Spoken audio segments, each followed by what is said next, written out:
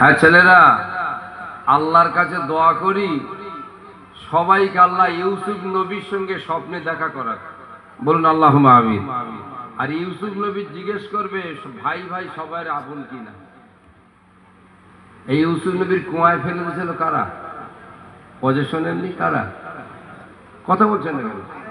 তাই ইউসুফ নবী জিজ্ঞেস করে দেখবে যে ভাই ভাই নিজের ভাই মানে কি, উত্তরটা উনি দেবে। ইউসুফ নবী তোমার উত্তরটা দেবে যে ভাই ভাই বলতে কারা। দুঃখ লাগে একটি আয়াত পড়তে গেলে, কষ্ট লাগে, তারপরও আমাকে পড়তেই হবে। লাম ইয়াবকা মিনাল ইসলামে ইল্লা ইসমুহু ওয়ালা ইয়াবকা মিনাল কুরআনে ইল্লা রাসমুহু। কোরআন আছে না নেই?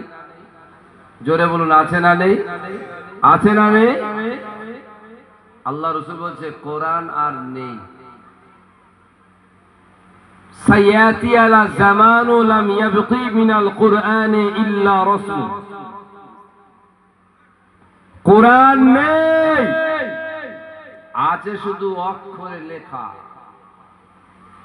আপনাদের বাড়ি বাড়ি আছে না? ওতে লেখা অক্ষর আছে না? শুধু অক্ষরের লেখাটাই পড়ে আছে। লাম ইয়াবকা মিনাল ইসলামে ইল্লা ইসমুহু। মুসলমান নেই। ইয়া রাসূলুল্লাহ, এত বলছে ইল্লা ইসমু, নাম আছে ময়াসু দন্তেশ্বর লয়াকার ম। যে মুসলমান যদি থাকতো আর কোরআন যদি থাকতো, আজকের গাজার একটা শিশুর গায়ে হাত দেওয়ার পরে বিশ্বের মুসলমানদের ঘুম হারাম হয়ে যেত। এবারে তো আস্তে আস্তে পালা তো আপনার। কসাইখানার ওই ছাগলটা মনে করতে যে ওর জবাই করতে যে এবারে আমি ভালো আছি। হ্যাঁ, ওর যখন ট্রেন নিয়েছে বলছে আমি তো হেভি খাচ্ছি। ওর যখন টানছে বলছে আমি তো হেভি খাচ্ছি। এর পালা চলো আল্লাহ আমারও, আমি মনে করছিলাম আমি বেঁচে যাব। কথা বলছেন না? সেই চরম পরিস্থিতিতে দাঁড়িয়ে আমি আপনাদের আজকের 1 নাম্বার কোশ্চেন করতে চাই। সব ভুলে যান কি হয়েছে। আপনারা কি, আমি আজকের একটা জিনিস বিক্রি করব যার দাম 7টা জমির আসমানের থেকে বেশি, অথচ সেই টাকাটা, সেই পুঁজি আপনার কাছে আছে। যদি আমি বিক্রি করি সেই জিনিসটা, আপনারা কি কেউ কিনবেন? আমি একটা জিনিস বিক্রি করব আপনাদের কাছে, আপনারা কেউ কি 2-1 জন কিনতে পারবেন? কিনতে পারবেন? কিনতে পারবেন? সর্বোপরি আমি যদি আপনাদের কাছে জান্নাত বিক্রি করি, কে কে কিনবেন? হাত তোলেন তো দেখি।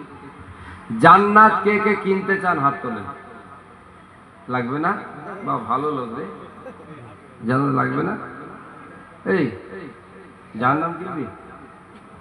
জান্নাত কিনবি? ফ্রি দেওয়া হবে, কিনবি?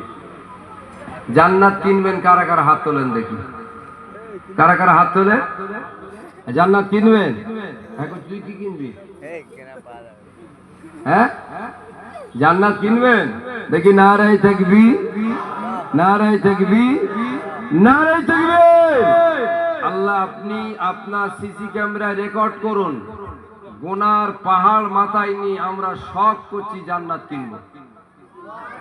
আরো জোরে, আরো জোরে, আরো জোরে। জীবনে কখনো জান্নাত বিক্রির এরকম অফার শুনেছেন?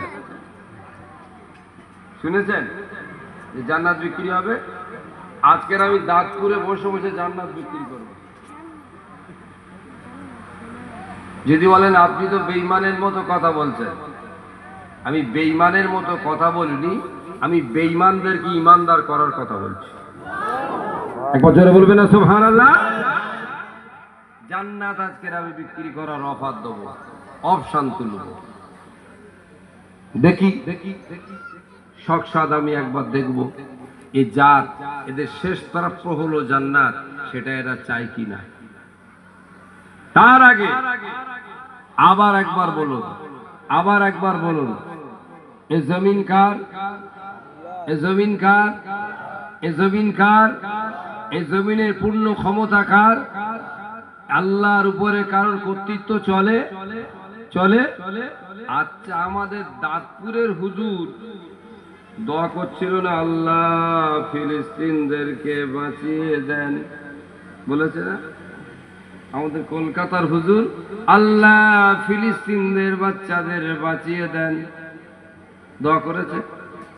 মক্কা শরীফে চলে যান, মক্কার ইমাম দোয়া করছেন, আল্লাহুম্মা হফাজ ফিলিস্তিন, আল্লাহ ফিলিস্তিনের বাচ্চাদের বাঁচিয়ে দেন। মদিনার ইমামের দরবারে চলে যান, আল্লাহ ফিলিস্তিনের বাচ্চাদের বাঁচিয়ে দেন।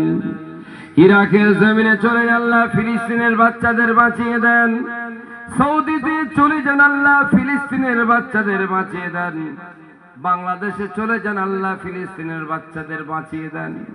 রোজার মাসে তারাবির পরে মোনাজাতে দেখুন, আল্লাহ ফিলিস্তিনের বাচ্চাদের বাঁচিয়ে দেন। কচি কচি বাচ্চাদের মুখে কোরআন পড়ার পরে আল্লাহ ফিলিস্তিনের বাচ্চাকে বাঁচিয়ে দেন। ওরে মুসলমান ভাইয়েরা, তামাম বিশ্বের মুসলমানেরা আল্লাহর দরবারে একটাই সাবজেক্ট নিয়ে দোয়া চেয়েছেন, আমার আল্লাহ পাক কেন কবুল করলেন না? আজকের হুজুর দোয়া করো, দোয়া করে কি হবে? সব বাড়ি গিয়ে খেয়ে ঘুমোবে যা। শুরু হয়েছে আমার দাঁতপুর থেকে, আর শেষ হয়েছে মদিনায় গিয়ে।